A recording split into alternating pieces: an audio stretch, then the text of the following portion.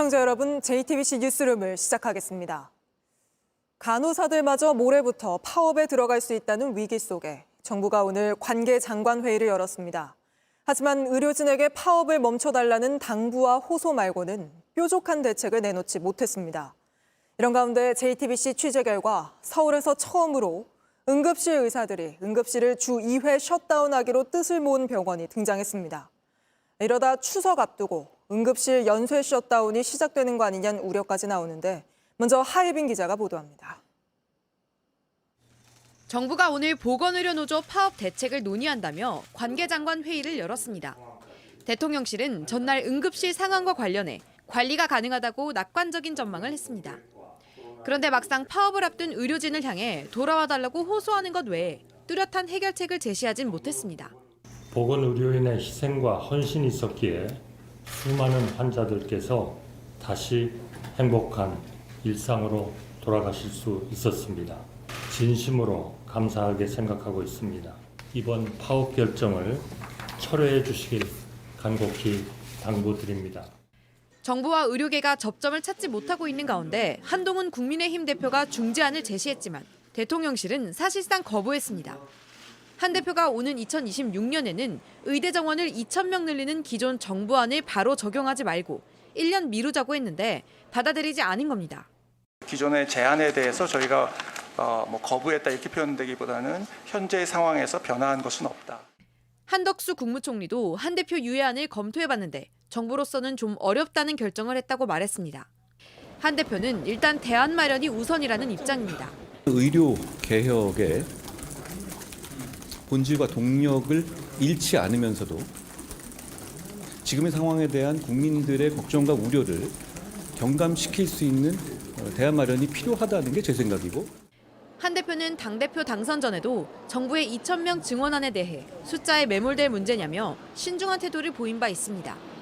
이번 파업을 앞두고 대통령실과 한 대표의 입장이 달라지면서 또다시 당정 갈등을 우려하는 목소리가 나옵니다. JTBC 하혜비입니다. 서울에서는 처음으로 응급실 셧다운을 하자는 쪽으로 교수들이 뜻을 모은 대학병원이 나왔습니다. 이대 목동병원 응급실 의사들이 모여 다음 주부터 수요일과 목요일 일주일에 이틀씩 응급실을 폐쇄하는 방향을 검토한 겁니다. 황예린 기자입니다. 서울 이대목동병원이 다음 달부터 일주일에 48시간 동안 응급실을 셧다운하는 걸 검토 중입니다. 매주 수요일과 목요일 이틀 동안입니다. 아예 문을 닫을지 환자 수용만 거부할지 방향도 내부적으로 논의되고 있습니다. 이대 목동병원은 서울 서남권을 관할하는 권역 응급의료센터입니다. 재난에 대비하거나 중증 환자의 최종 치료를 담당하는 곳입니다. 이곳에서 전공의들이 떠난 뒤 전문의들도 줄며 응급의학과 의사는 8명만 남았습니다. 그러자 남은 이들이 12시간 이상씩까지 당직을 서는 일이 반복됐습니다. 6개월 동안 한계에 부딪히는 상황에 결국 응급실 셧다운을 고려하게 된 겁니다. 365일 24시간을 이제 풀로 커버를 해야 되는데 어느 정도 이제 인원이 계속 줄다 보니까 이 24시간 당직표가 안 나오는 거죠. 앞서 세종 지역의 유일한 종합병원인 세종 충남대병원에서 매주 목요일 응급실 운영을 중단하는 등 지역에서 응급실이 파행 운영됐습니다. 위기는 수도권으로 번지고 있습니다. 수도권 이미 무너진 지 오래됐습니다. 이미 경기 남부, 경기 북부, 인천 지역 갈 자리 없는 것 똑같습니다. 지금 응급의료체계 완전히 위기 상황이고요. 붕괴 상황입니다. JTBC 황예린입니다. 이런 와중에 간호사들마저 병원을 떠날 위기입니다. 임금 인상이나 인력 확충 문제 등이 해결되지 않으면 모레부터 파업에 들어간다 예고했는데 아직 협상에 성과가 있다는 소식이 들려오지 않고 있습니다. 파업이 현실이 되면 응급실뿐 아니라 외래와 입원실도 모두 차질을 빚을 걸로 예상됩니다. 이혜원 기자입니다. 간호사들은 이제 버티는 것도 한계라고 말합니다. 원하지 않는 응급 오프, 부서 이동, 무급 휴가라던가 의료진들한테 그 근무복이 지급이 되는데 또 지금 제한적으로 시행이 되고 있는. 보건의료노조의 핵심 요구는 임금 인상과 업무 범위 명확화, 인력 확충 등입니다. 피해 간호사들은 아무런 법적 보호장치도 없이 전공의가 떠난 의료 공백을 메우고 있습니다. 불법 의료에 내몰리고 환자들은 심각한 의료사고 위험에 내몰리고.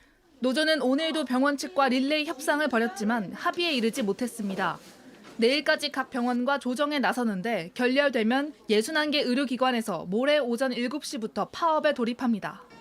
곧 추석 연휴인데다 코로나19 유행도 겹쳐 의료 현장의 혼란은 피할 수 없습니다. 여야는 오늘 밤부터 서둘러 간호법을 심사하기로 했지만 노조는 파업은 별개라며 선을 그었습니다. 이번에 저희 간호법이 설사 통과된다 하더라도 저희 파업은 그것과는 무관하게 저희는 저희 일정대로 가는데 환자 불편함이 발생하지 않도록 최선을 다해서 저희는 교섭 타결을 하겠다라는. JTBC 이혜원입니다. 지난 밤 사이에도 구급대원들은 응급 환자를 받아주는 병원이 없어 발만 동동 굴러야 했습니다. 저희가 서울 지역 소방대원들의 응급 상황을 공유하는 대화방을 살펴보니 지난 밤에도 응급 환자를 결국 집으로 돌려보내야 하는 일이 있었습니다. 대원들끼리도 아프면 안 된다는 말을 주고받을 정도인데 강다현 기자가 취재했습니다. 서울 지역 소방대원 약 200명이 응급 상황을 공유하는 온라인 단체 대화방입니다. 새벽 1시, 귀가 3.5cm 찢어진 보호자 없는 환자를 이송해야 하는데 받아줄 병원이 없다며 난감해합니다. 또 다른 대원은 새벽에 복통을 호소하는 환자와 병원을 돌았는데 겨우 2차 병원을 갔더니 3차로 가라 하고 3차 병원에선 다시 2차로 가라고 했다면서 결국 허리도 못 펴고 아파하는 사람을 다시 집으로 데려다 줬다고도 합니다. 소방대원들조차 밤이나 휴일엔 아프면 안 된다. 새벽에 대학병원은 못 가는 수준이라는 대화가 이어집니다. 한 대학병원에 연락했더니 2-3시간 대기할 거면 오라길래 2시간 기다렸다 겨우 들어갔다는 이야기도 나옵니다. 정말 응급 상태가 되면 구급대원이 할 수 있는 한계를 벗어나거든요. 이렇게 5시간 대기하고 있으면 나중에 정말 응급 환자가 구급차를 부르면 남는 구급차가 없는 상태가 발생도 하고. 대원들 사이에선 코로나19 대유행 때보다 지금의 응급실 진료 차질이 더 심각하다고 합니다. 관리 가능한 수준이라는 정보인식과 달리 큰 위기라고 입을 모읍니다. 관리 가능한 정도만 환자를 지금 받고 있는 거거든요. 그래서 정부에서는 병원 내 상황은 커버할 수 있다고 생각을 하는 것 같은데, 그러니까 접수 전의 상황을 좀 보시면서 이렇게 판단을 좀 해주셨으면 좋겠어요. JTBC 강나현입니다. 지금 이 시각 국회에서는 대통령실을 상대로 현안 질의가 진행 중입니다. 중요한 건 일본의 마음이란 발언으로 논란이 됐던 김태효 1차장이 출석해 친일 공방이 벌어졌는데 김 차장은 일본의 마음을 다스리자는 취지였다고 해명하며 윤석열 대통령은 뉴라이트와 무관하다고도 했습니다. 구혜진 기자입니다.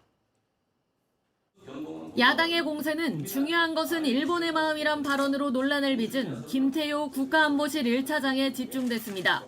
혹시 친일파 밀정이십니까? 아닙니다. 밀정이 스스로 밀정이라고 하면 밀정이 아니겠죠. 김 차장은 해당 발언이 일본의 마음을 다스리는 게 중요하다는 취지였다고 해명했고 여당 의원들도 엄호에 나섰습니다. 일본의 마음을 다스리는 것이 중요하다고 말씀드렸습니다. 헤아리는 것이라고 일본의 얘기했습니다. 마음 헤아리고 계신지 모르겠습니다. 국익을 중시해서 말씀드린 겁니다. 김 차장께서 일본의 마음을 다스리는 것이다. 그것이 또 미래에 우리가 경쟁력을 통해서 배가시켜서 이기는 것이다. 이런 뜻이라는 것이죠. 야당은 김영석 독립기념관장 임명과 김문수 노동부 장관 후보자 지명, 윤석열 대통령의 건국 관련 발언 등을 놓고 역사관 논란을 제기했습니다. 윤석열 대통령님도 혹시 뉴라이트십니까? 대통령께서는 아마 뉴라이트의 의미를 정확히 모르고 계실 정도로 이 문제와 무관합니다. 대통령 뉴라이트. 대통령 관저 불법 증축 의혹에 대한 추궁도 이어졌습니다. 드레스룸과 사우나로 쓰기 위해 관저를 증축했다는 의혹이 제기되자 대통령실 측은 보안시설이라며 대답을 피했습니다. 사우나와 드레스룸이 그렇게 중요 시설입니까? 대통령 관저와 대통령이 집무하시는 집무실, 대통령 비서실에 대해서 조각조각 정보가 모아지면 상당한 정보가 형성이 됩니다. 그럴 경우에 적이라든가 불순 세력들에게 그 정보가 누설됐을 경우에는 거기에 대한 우려되는 부분은 저희가 감당하기 어렵다. 대통령 관저에 설치된 정자의 미등기 의혹에 대해선 정진석 비서실장은 건축물 대장에 등재하기 위한 협의 단계에 있다고 해명했습니다. JTBC 구혜진입니다. 김건희 여사의 명품백 수수 사건에 대한 수사심의위원회가 다음 주 금요일로 결정됐습니다. 수심위의 결론도 이날 바로 나올 가능성이 큰데 자세한 소식 박현주 기자입니다. 수사심의위원회는 다음 달 6일 오후 2시로 잡혔습니다. 김건희 여사에 대한 청탁금지법뿐 아니라 알선수재와 변호사법 위반 혐의 등까지 논의합니다. 검찰 수사팀과 김 여사 측 변호인이 의견서를 내고 직접 입장을 밝힙니다. 수사팀은 청탁금지법의 배우자에 대한 처벌 조항이 없고 김 여사가 받은 선물에 대가성이나 직무 관련성이 없다고 판단했습니다. 김 여사 측도 같은 입장입니다. 하지만 최재용 목사는 청탁이 분명히 맞다고 주장하고 있습니다. 이번 수심위가 김 여사 사건에 대한 것이어서 최 목사는 참석 대상이 아닙니다. 다만 수심위가 의견을 듣기 위해 출석을 요구할 수도 있습니다. 심의 결과가 보통 당일에 나오기 때문에 이원석 검찰총장의 임기가 끝나는 다음 달 15일 전에 사건이 마무리될 걸로 보입니다. 수심위가 검찰과 같이 무혐의로 결론내도 공수처가 수사를 이어갈 수도 있습니다. 고소장 제출돼 있는 알선 수재 성립 여부에 대해서 검토하겠습니다. 공수처 관계자는 오늘 검찰의 최종 수사 결과 발표를 본 뒤에 알선 수재 혐의를 검토하겠다고 밝혔습니다. JTBC 박현주입니다. 여야가 다음 달 3일 열리는 심우정 검찰총장 후보자 인사청문회에 김건희 여사의 친오빠를 참고인으로 부르기로 합의했습니다. 부동산 개발업체 대표이자 김 여사의 오빠인 김모 씨는 심 후보자의 고등학교 동창입니다. 야당은 두 사람의 사적인 인연이 검찰총장 후보자 지명과 연관이 있는지 캐묻겠다는 입장입니다. 정부가 내년 예산안을 올해보다 3.2% 늘어난 677조 원으로 확정했습니다. 이번에도 허리띠를 졸라매겠다는 건데 재정이 제 역할을 못한다는 우려도 나옵니다. 먼저 이상화 기자입니다. 오늘 예산안을 의결한 윤석열 대통령은 지난 정부로 화살을 돌렸습니다. 69년간 누적 국가 채무가 660조 원이었는데 지난 정부 단 5년 만에 1,076조 원이 됐습니다. 재정 부담이 크게 늘면서 정부가 일하기 어렵게 만들었습니다. 정부는 내년 예산을 올해보다 3.2% 늘어난 677조 원으로 편성했습니다. 윤석열 정부 3년 동안 총 지출 증가율은 연평균 3.9%로 과거 정부들에 비해 낮은 수준입니다. 각고의 노력 끝에 정부가 추진 중인 재정 준칙 범위 내로 편성하였으며 긴축 재정을 통해 국내 총생산 GDP 대비 적자 비중을 2.9%로 낮췄단 겁니다. 다만 내수 부진으로 경기 전망이 불투명한 상황에서 재정이 제 역할을 못할 수 있다는 걱정도 있습니다. 보건복지, 고용, 이 예산 분야 증가율이 최근 10년 동안의 최저 수준이라고 볼 수 있습니다.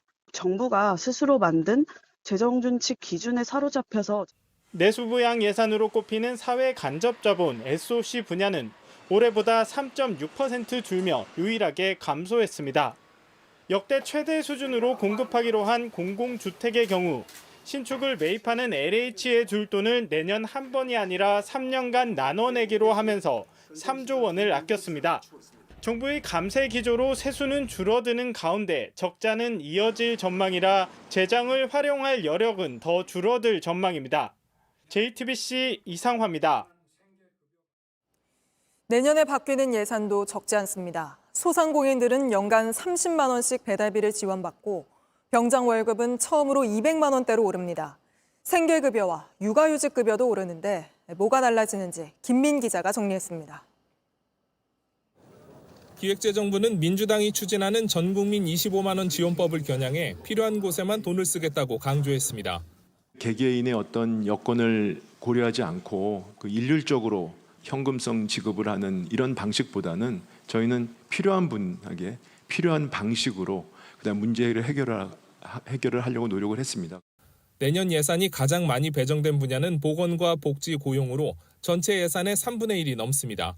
그 다음은 행정과 교육, 국방, R&D 순입니다. 우선 관심을 모았던 소상공인 배달료는 한 가게당 연간 30만 원씩 지원합니다. 2천억 원의 예산이 배정됐는데 68만 명 정도가 혜택을 받을 걸로 보입니다. 또 8천억 원을 들여 군 병사 월급도 올립니다. 병장 월급은 165만 원에서 205만 원으로 늘어나고 초임 하사도 수당까지 256만 원을 받을 수 있습니다. 기재부 관계자는 세금을 떼더라도 병사와 간부 급여가 역전되지 않는다고 설명했습니다. 내년 예산 증가율이 가장 큰 R&D 부분은 대폭 삭감되기 전인 지난해 수준으로 원상 복귀했습니다. 통상적인 국가의 R&D 예산 증가 규모에 비하면 그렇게 크지 않고요.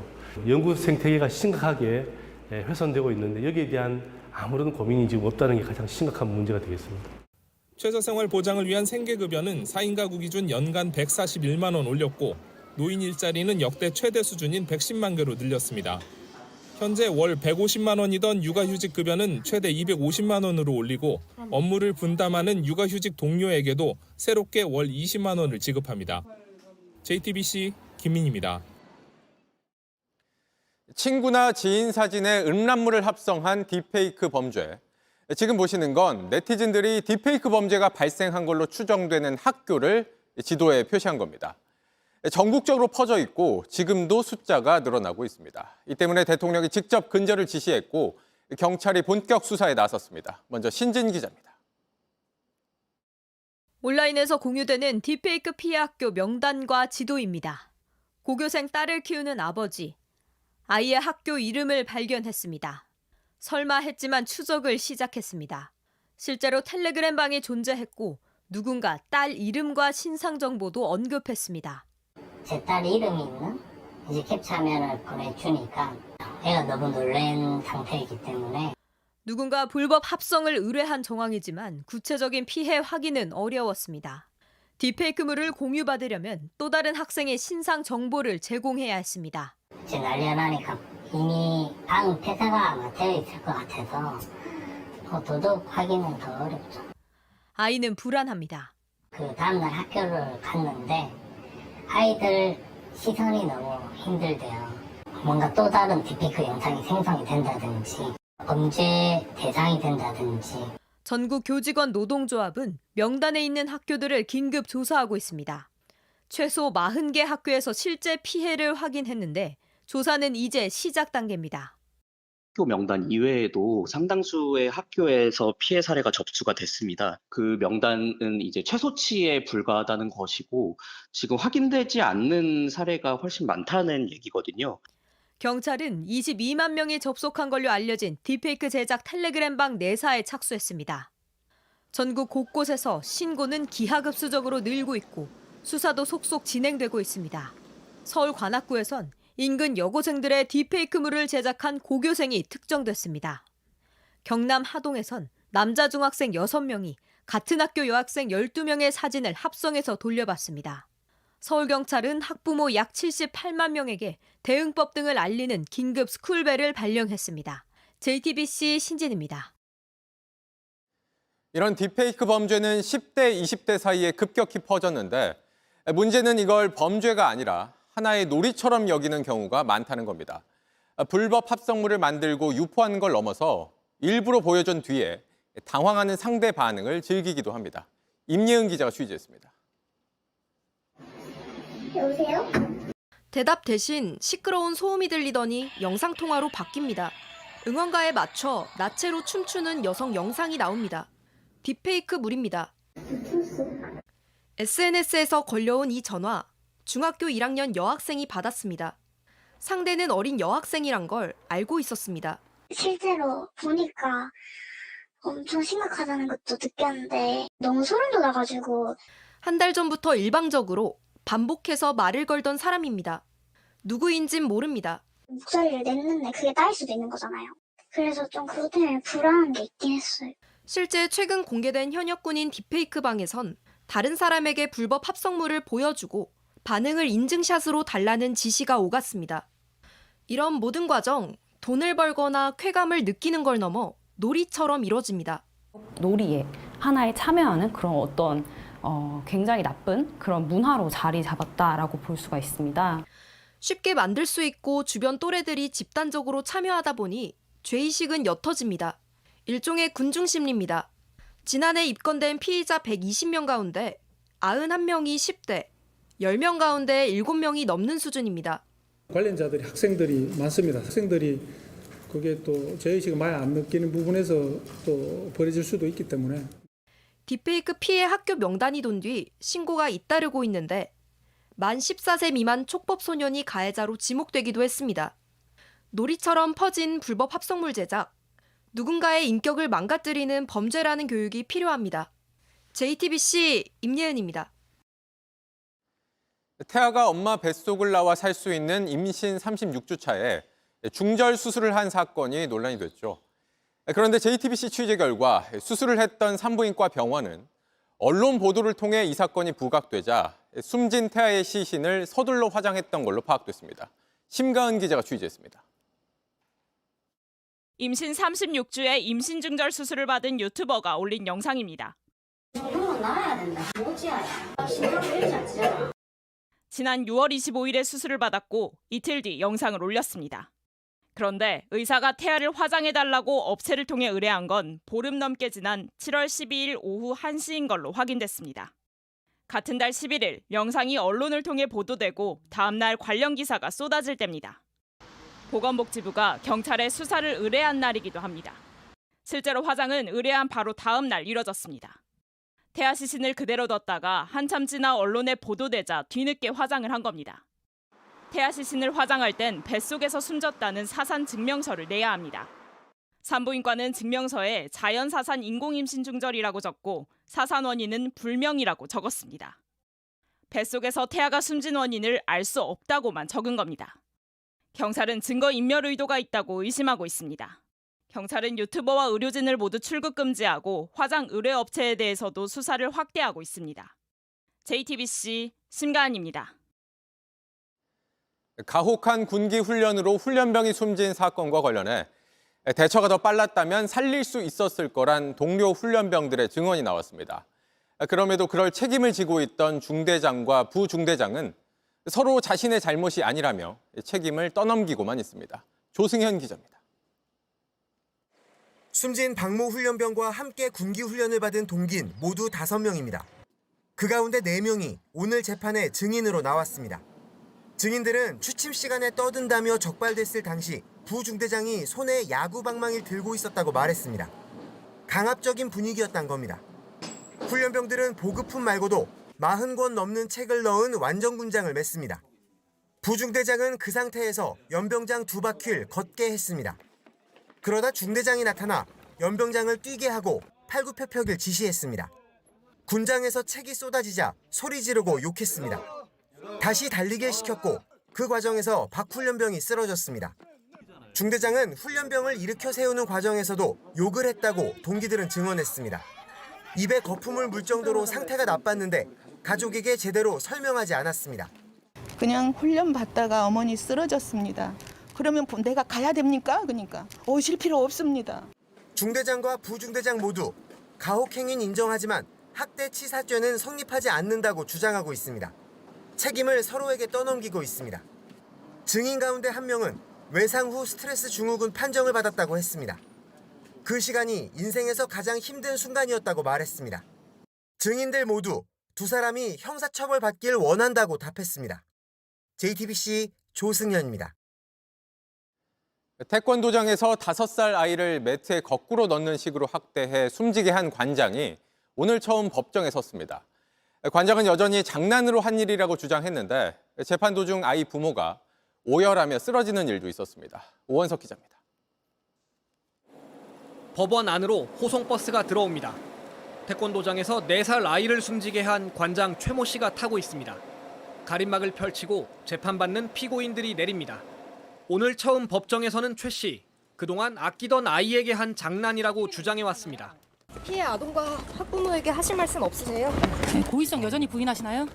검찰은 사건 당일 상황을 설명했습니다. 최 씨는 아이에게 운동하고 싶으냐라고 물었고 아이가 싫다고 하자 볼을 여러 차례 때렸습니다. 그런 뒤 매트에 거꾸로 넣었습니다. 한참 뒤 사범이 아이를 꺼낼까요 물어봤지만 계속 방치했다고도 설명했습니다. 학대는 27분 동안이나 계속됐습니다. 공소 사실을 듣던 아이 어머니는 울었습니다. 때리니까 좋으냐, 남의 새끼 살해하니까 좋으냐라며 쓰러졌습니다.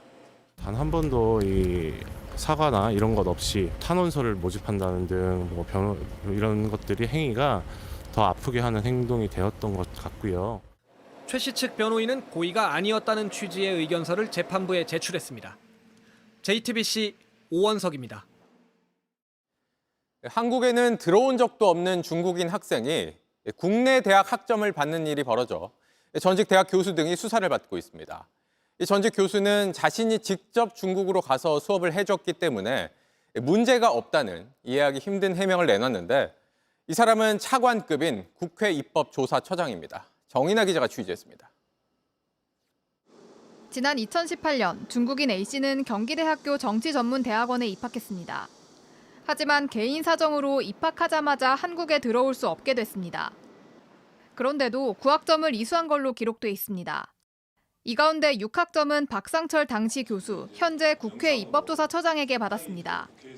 같은 대학원 교수가 박 처장과 나머지 3학점을 인정해준 또 다른 교수를 위계에 의한 업무 방해로 경찰에 고발했습니다. 학생 모집이 어렵다는 이유로 외국인 학생 편의를 무리하게 봐줬다는 취지였습니다. 학칙에는 매 학기 수업 일수의 4분의 1 이상 결석한 학생은 학점을 인정받을 수 없다고 적혀 있습니다. 규정대로라면 전혀 수업에 오지 않은 이 외국인 학생은 학점을 인정받을 수 없는 겁니다. 박 처장은 JTBC에 중국 출장을 갈 때마다 세미나실 등에서 학생을 만나 수업을 해줬다며 이렇게 법정 수업 일수를 채운 걸로 알고 있는데 과제는 없었고 강의와 토론 위주로 했다고 해명했습니다. 그러면서 경찰에 학생을 상대로 했던 강의 계획서를 냈습니다. 또 다른 교수는 자신이 학생에게 받은 과제 등을 제출했습니다. 학교 측은 경찰 조사 전엔 입장을 밝히기 어렵다고만 했습니다. 저희가 할 수 있는 건 많이 없습니다. 경찰은 박 처장 등을 입건해 학생과 어떤 관계인지, 특혜를 준 건 아닌지 등을 조사하고 있습니다. JTBC 정인아입니다.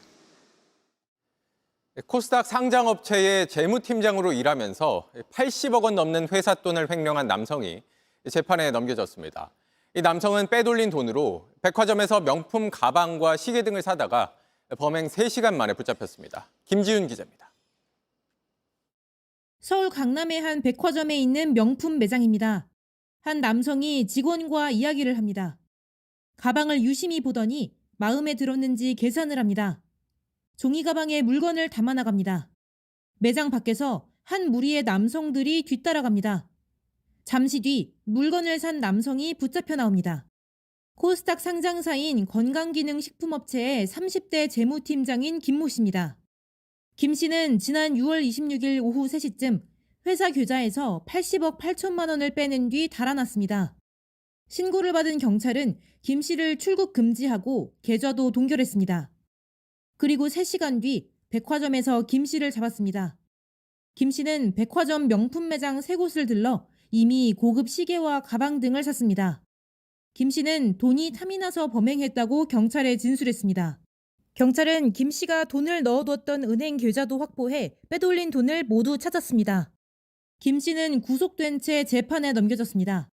김 씨가 다니던 업체는 현재 주식 매매 거래가 정지됐습니다. JTBC 김지윤입니다. 어젯밤 제주에서 대한항공 여객기가 이륙 도중 기체 고장으로 활주로에 멈춰서는 사고가 발생했습니다. 이 때문에 다른 항공기들이 잇따라 지연되거나 결항되면서 수백 명이 공항에 발이 묶였습니다. 윤두열 기자입니다. 바닥 깔개와 담요를 나눠줍니다. 공항 곳곳에 이걸 깔고 눕습니다. 마치 난민촌 같은 상황입니다. 담요를 얼굴까지 덮고 오지 않는 잠을 청해봅니다. 뭐 주무시는데 불편하시죠, 당연히.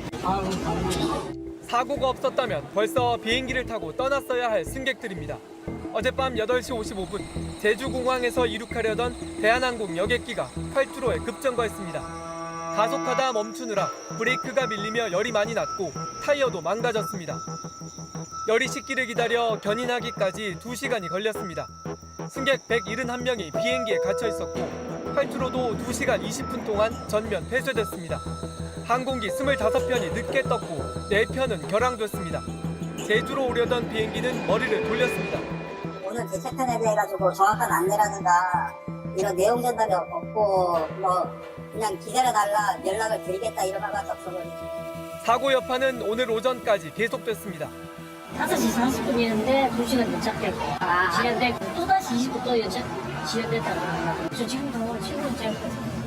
대한항공은 엔진 경고등이 떠 기장이 급제동할 수밖에 없었다고 밝혔습니다. 국토부는 왜 사고가 났는지 조사할 예정입니다. JTBC 윤두열입니다. 집값이 급등하면서 내 집 마련에 나선 젊은 층이 늘어난 걸로 나타났습니다. 2030의 주택담보대출이 1년 사이 무려 13조 원이나 폭발적으로 증가했습니다. 공다솜 기자입니다.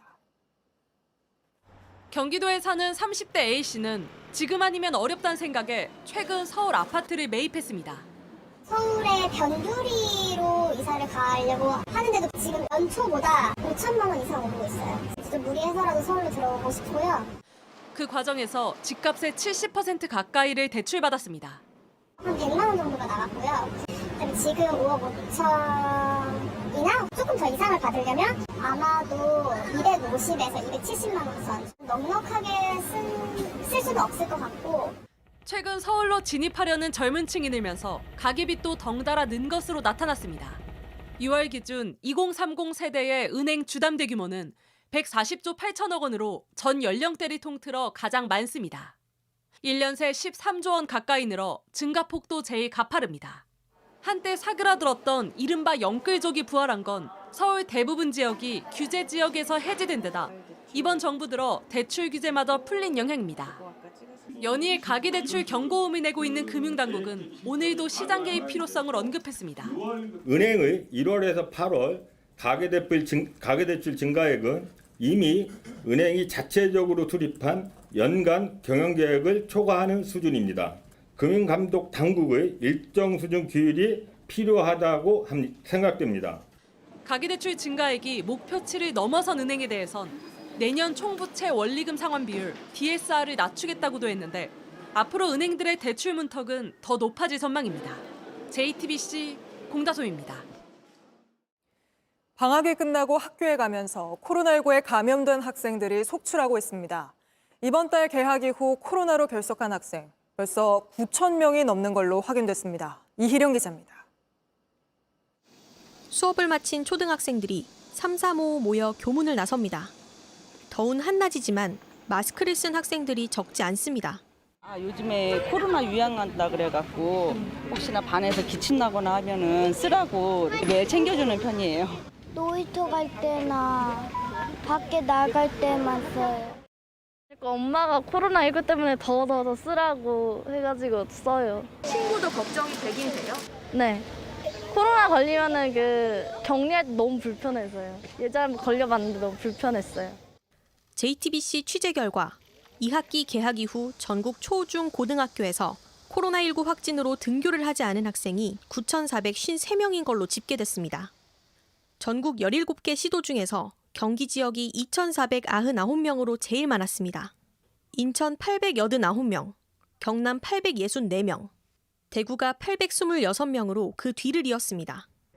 수도권에서만 3,851명으로 파악됐습니다. 초중고 학생 수가 가장 적은 세종도 157명이 나왔습니다. 강원도의 한 학교에서는 전교생의 30%인 49명이 집단 감염되기도 했습니다. 확진된 학생이 의사소견서 등을 학교에 제출하면 출석을 인정받을 수 있습니다. 무증상이거나 의심 증상이 있어도 등교하는 학생까지 포함하면 실제 코로나19에 감염된 학생은 더 많을 수밖에 없습니다. 의료 공백 사태도 길어지는 만큼 교내 확산을 막을 예방 대책이 중요합니다. JTBC 이희령입니다. 고 노무현 전 대통령의 명예를 훼손한 혐의로 1심에서 실형을 선고받았던 정진석 대통령실 비서실장이 2심에서는 벌금형으로 감형받았습니다. 2심 재판부 역시 악의적으로 비방했다고 봤지만 유족에게 수차례 사과한 점 등을 고려해 벌금 1,200만 원을 선고했습니다. 여도연 기자입니다. 고 노무현 대통령이 검찰 조사를 받은 뒤 부부싸움을 하다 스스로 목숨을 끊었다. 정진석 대통령실 비서실장이 지난 2017년 자신의 소셜미디어에 올린 글입니다. 이 일로 정 실장은 재판에 넘겨졌습니다. 검찰은 벌금 500만 원을 구형했지만 1심 재판부는 매우 경솔한 공격이라며 이례적으로 징역 6개월의 실형을 선고했습니다. 하지만 해당 재판을 맡은 판사가 과거 소셜미디어에 야당 지지 성향 등을 밝히는 글을 올린 것이 알려지며 논란이 일었습니다. 정 실장은 감정적 판단이라며 항소했습니다. 2심 재판부는 1심 징역형보다 낮은 벌금 1,200만 원을 선고했습니다. 1심과 같이 허위 사실을 적시했고 악의적인 비방 목적이 있다고 봤지만 논란이 된 뒤 글을 지웠고 유족에게 계속 사과한 점을 고려했다고 밝혔습니다. 선고가 끝나고 정 실장은 다시 한번 사과했습니다. 노무현 전 대통령의 유가족들에게 송구스러운 마음을 다시 한번 전하고 정 실장 측은 판결문을 받아본 뒤 상고 여부를 논의할 예정이라고 밝혔습니다. JTBC 여도현입니다. 막말 논란이 불거진 국가인권위원회 김용원 상임위원이 국회에 업무 보고에 나오지 않으면서 다수당의 횡포가 만연하는 국회에 출석할 필요를 느끼지 않는다고 사유서를 냈습니다. 야당은 기가 막힌다며 거세게 비판했는데 김휘란 기자가 보도합니다. 오늘 오전 국회 운영위원회가 열렸습니다. 서미화 더불어민주당 의원이 국가인권위원회 김용원 상임위원회 불출석 사유서를 읽기 시작했습니다. 공직자를 출석시켜 인권보호 및 증진에 대한 생산적인 질의 답변을 주고받는 것이 아니라 일방적인 질의를 빙자하여 사실 왜곡, 조작, 명예훼손과 모욕을 일삼는 사유서에는 다수당의 횡포도 언급돼 있었습니다. 다수당의 횡포가 만연하는 국회에 출석할 필요가 없다. 김 의원은 운영이 하루 전날인 어제 이런 불출석 사유서를 냈습니다. 야당 의원들은 거세게 반발했습니다. 황당하다 못해 화가 날 지경입니다. 정치의 중립도 지키지 않고 이렇게 출석의 의무를 저버리는 인권위 상임위원이 더 이상 필요한가에 대한 의문이 있습니다. 운영위원장도 불편한 심기를 내비쳤습니다. 위원장인 제가 봐도 좀 상당히 좀 황당합니다. 국회의 권위 자체를 무시하는 이런 공직자의 자세는 적절하지 않다고 생각되고요.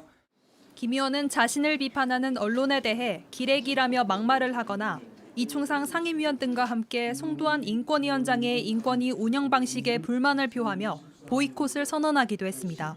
운영위는 김 의원과 이충상 상임위원을 다음 달 3일 열리는 안창호 국가인권위원장 후보자 인사청문회에 증인으로 채택했습니다. JTBC 김희란입니다. 미국 대선 소식입니다. 해리스 부통령과 트럼프 전 대통령이 다음 달 예정된 첫 TV 토론을 놓고 신경전을 벌이고 있습니다. 트럼프는 토론 방송사가 편향됐다며 아예 불참 가능성까지 내비쳤는데 최근 해리스의 상승세를 의식한 것 아니냐는 분석입니다. 워싱턴 정강현 특파원입니다. 지난주 막을 내린 민주당 전당대회의 핵심 키워드 중 하나는 joy, 즉 기쁨이었습니다. And let us choose joy until joy, joy, joy. 민주당 입장에선 실제 컨벤션 효과는 기쁨에 가깝습니다. 전당대회 직후 해리스가 트럼프의 7%포인트 차이로 앞서는 여론조사 결과가 나왔습니다. 전체 여론조사 평균 약 3에서 4%포인트 차이였던 걸 감안하면 오차 범위 내에서 격차는 더 벌어진 셈입니다. 게다가 현지 시간 오늘 조지 W 부시 대통령 등 공화당 유력 인사의 참모 200여 명이 트럼프가 다시 당선되는 건 재앙이라며 해리스 지지 선언을 했습니다. 궁지에 몰린 트럼프 전 대통령은 돌연 다음 달 10일로 예정된 TV 토론에 불참할 가능성을 시사했습니다. But when I looked at the hostility of that, I said, why am I doing it? Let's do it with another network. I want to do it. You know, I won because of debates. Ask Biden. 마이크 사용 등 토론 세부 규칙을 놓고서도 트럼프 측은 해리스 측과 충돌했습니다. 일부 여론조사에서 지지율 격차가 더 벌어지면서 트럼프 전 대통령은 공세적 선거전을 예고했습니다. 트럼프가 하루에 경합주 2곳을 한꺼번에 뛰는 일정도 고려 중이라고 캠프 측은 전했습니다. 해리스가 공식 일정 없이 전열 정비에 들어간 가운데 트럼프는 오늘도 버지니아와 미시간 등 2개 주를 넘나들며 적극 공세를 펼쳤습니다. 워싱턴에서 JTBC 정강현입니다. 미국 대표 관광지인 그랜드 캐니언 국립공원에서 갑작스러운 폭우에 강물이 넘치면서 관광객 1명이 숨졌습니다. 다른 한편에선 8월에 난데없는 눈이 쏟아졌는데 이게 모두 같은 지역에서 나타난 날씨입니다. 로스앤젤레스 홍지은 특파원입니다. 거센 물살에 절벽 단면이 무너져 내립니다. 맑고 푸르던 폭포가 황토색 흙탕물로 변했습니다. 미 서부 그랜드 캐니언 국립공원에서 돌발성 폭우로 강물이 불어나 관광객 1명이 숨졌습니다. 남편과 함께 등산을 하던 중 급류에 휩쓸렸는데 3일 만에 숨진 채 발견됐습니다. 이곳에서 고립됐던 관광객과 주민 100여 명도 주 방위군의 도움으로 긴급 구조됐습니다.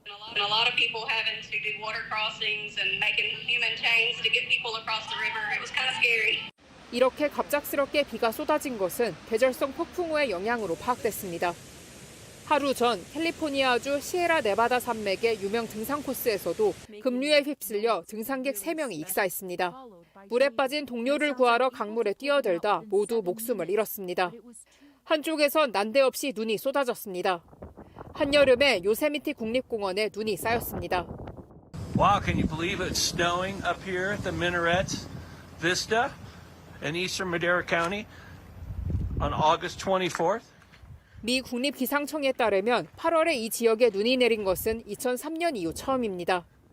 캘리포니아 북부 레슨 화산 국립공원 인근 도로는 밤새 내린 눈으로 폐쇄되기도 했습니다. 로스앤젤레스에서 JTBC 홍지은입니다. 네, 계속해서 손님 한 분을 스튜디오에 모셨습니다. 이번 올림픽에서 세계적인 스타가 되신 분이죠. 사격 은메달리스트 김예지 선수가 제 옆에 나와 계십니다. 어서 오시죠. 반갑습니다. 안녕하세요. 네. 제가 세계적인 스타라고 소개를 드렸는데 요즘에 내가 정말 이렇게 많은 사람들에게 사랑을 받고 있구나. 이게 실감이 되십니까, 인기가? 네, 실감을 잘 못하다가요. 네. 이제 바깥 활동을 할 때 사인을 해달라거나 사진을 찍어달라는 분들이 계셔서 그럴 때 실감을 합니다. 네. 이 많은 분들이 김예지 선수가 반전 매력이 있다. 사격할 때는 와, 이보다 멋있을 수 있나? 라는 반응인데 총을 잡은 김예지와 총을 내려놓은 김예지는 다른 사람인 겁니까? 총을 잡은 김예지는 일하는 김예지고요. 네. 총을 내려놓은 김예지는 그냥 일상적인 그냥 김예지예요. 영화배우 같다거나 킬러 같다거나 암살자 같다거나 이런 반응들은 어떻게 보셨어요? 저는 사실 늘 그렇게 총을 쏴왔기 때문에 전 잘 모르겠어요. 그렇게 멋있는지? 네, 그냥 총을 쏘는구나 밖에 안 느껴지는데 네. 멋있다고 봐주셔서 감사합니다. 네. 이 올림픽 얘기를 좀 해보자면 은메달을 따시던 순간에 인도 선수에게 0.1점 뒤지고 있던 상황이었고 그 상황에서 인도 선수가 10.3을 맞췄단 말이죠. 네. 근데 그 순간에 김예지 선수는 10.5를 쐈단 말이죠. 네. 승부사 기질이 있달까요? 그러니까 위기 상황에서 좀 더 강한 편입니까? 네, 그런 편인 것 같고요. 인도 선수가 10.3을 쐈을 때 이미 그 관중석에서 함성 소리가 엄청 나더라고요. 네. 그래서 이미 잘 쐈구나라고 알고 있었어요.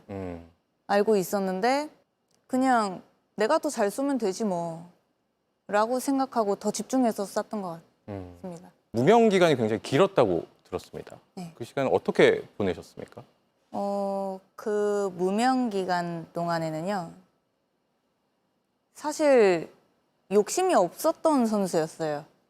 그 무명 기간 네. 동안에는 그냥 재능만 있었던 선수여서 그렇게 큰 고득점을 쏘지 못했고 그러지 못했어도 그냥 그 자리에서 안주하고 쐈었던 것 같아요. 어차피 내가 이렇게 쏴도 월급은 나오니까 네. 되게 아니란 생각으로 쐈었던 것 같아요. 지금의 김예지와는 좀 다른 김예지였네요, 그때는. 많이 달랐습니다. 네. 근데 어떻게 좀 계기가 있었을까요? 아이를 낳으면서 일단 책임감이 커졌고요. 네. 25m를 정말 제대로 배우고 시작한 지가 한 2년 정도 됐는데 25m를 제대로 배우고 시작하니까 기록이 잘 나오기 시작하더라고요. 네. 그러면서 욕심이 생기고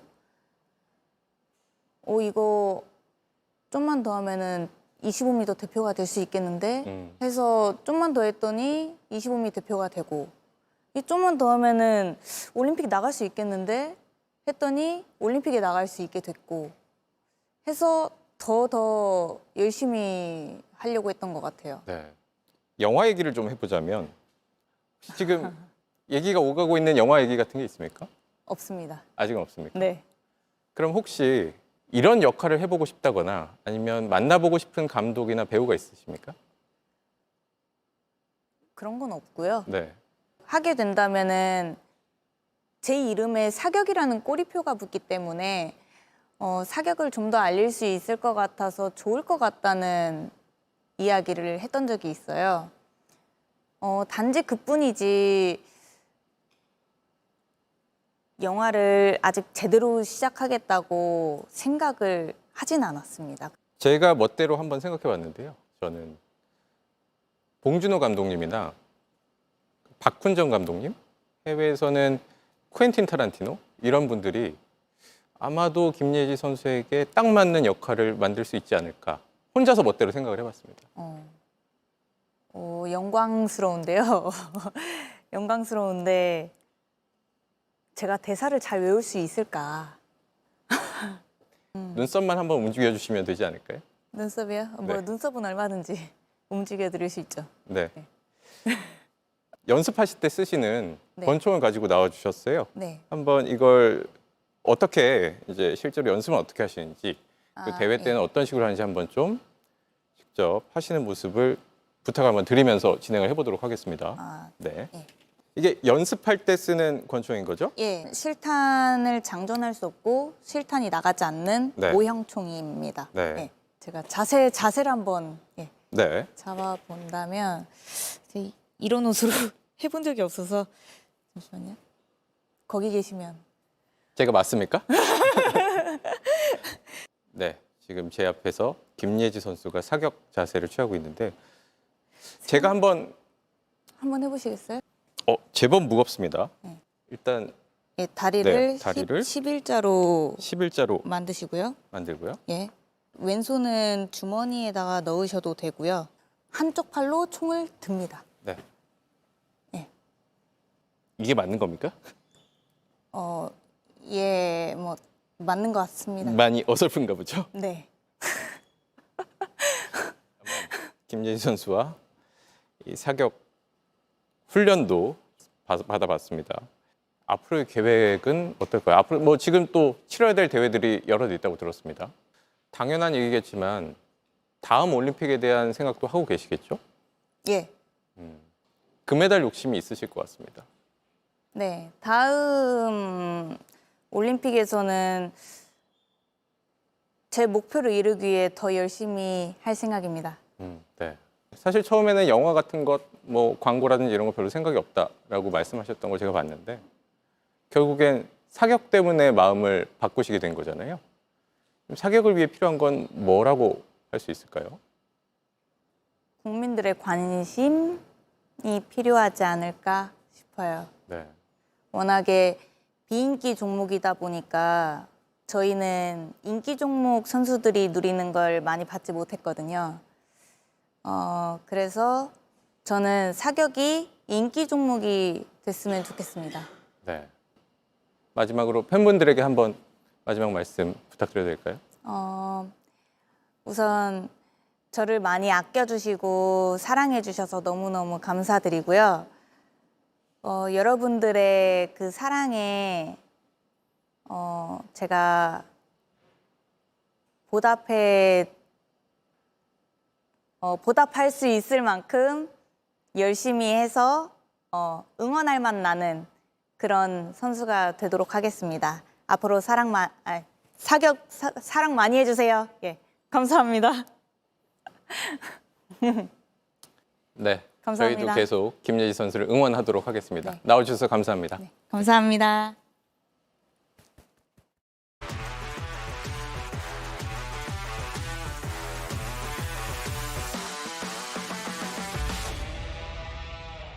스포츠 뉴스입니다. 한국에 놀러 온 것이 아니다. 중요한 건 축구다. 프리미어리그에서 뛰던 린가드가 지난 2월 FC 서울에 입단하면서 남긴 말이죠. 6개월이 지난 지금 린가드는 FC 서울 나아가 K리그까지 조금씩 바꾸고 있습니다. 홍지훈 기자입니다. 역습 상황에서 링가드가 왼발로 때린 공이 골키퍼 손에 맞고 골대로 들어갑니다. 승리의 쐐기를 받고 자신이 즐겨하던 피리 부는 세리머니를 할 줄 알았는데 갑자기 동료 강주혁을 찾습니다. 그리고는 두 손을 모았다가 길게 뻗습니다. 2년 전 한 드라마에서 유행한 인사법을 따라한 겁니다. 강원과 대결하기에 앞서 라커룸에서는 주장으로서의 메시지까지 내놨습니다. Play top of the league. They're in good form. We're in good form. 강원. We're making 5 in a row, guys. 네. 자, 오연승 입단한 직후 30분도 못 뛸 체력이라는 김기동 감독의 쓴소리를 들어야 했고 또 시즌 초반에는 무릎을 다쳐 2달을 쉬어야 했던 링가드는 이제야 과거 맨체스터 유나이티드에서 보여줬던 모습을 조금씩 되찾고 있습니다. 5월부터 출전 기회를 늘리면서 팀의 살림꾼 몫을 했고 부상으로 빠진 기성용 대신 주장까지 도맡았습니다. 무엇보다 축구를 읽는 능력이 뛰어납니다. 뒤꿈치 패스 한 방에 상대 수비진을 허물어 골을 만들어내고 슛 기회를 잡아도 더 좋은 자리에 있는 동료에게 공을 양보합니다. 그라운드 밖에서도 유쾌합니다. 아이, 힘들어, bro. 진짜 힘들어, bro. 상대 팀으로 만난 양민혁에게도 따뜻한 격려의 말을 건넸습니다. People like London, good. London City, top. You need help? I help you.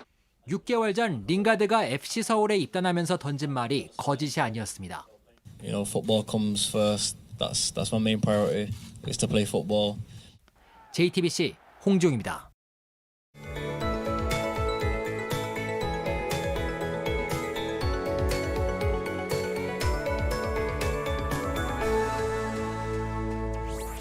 여름의 끝자락에 접어들어서야 겨우 폭염 절정기가 지났습니다. 오늘 서울의 최고 기온은 30.3도로 일주일 전과 비교하면 5도 정도 낮았고요. 열대야도 주춤했는데요. 오늘 밤은 어젯밤보다 더 선선하겠습니다. 그래도 낮에는 여전히 덥기는 덥습니다. 지금도 대부분 지역에 폭염특보가 지속되고 있고요. 한낮엔 볕도 뜨겁겠습니다. 당분간 동풍의 영향으로 동쪽 지역과 제주를 중심으로 비가 자주 내리겠는데요. 특히 영남 해안과 제주도에는 모레까지 최대 80mm가량 예상되고요. 내일은 호남 지역에도 비가 오락가락 이어지겠습니다. 남해안과 제주 해안에는 강한 바람과 함께 너울성 파도도 밀려오겠습니다. 밤사이 부산과 창원 등 해안 지역에는 열대야가 나타나겠고요. 한낮엔 서울과 대구 32도, 대전은 33도까지 오르겠습니다. 다음 주에는 낮더위도 점차 누그러지겠습니다. 날씨였습니다. 뉴스룸 저희가 준비한 소식은 여기까지입니다. 시청해주신 여러분 고맙습니다.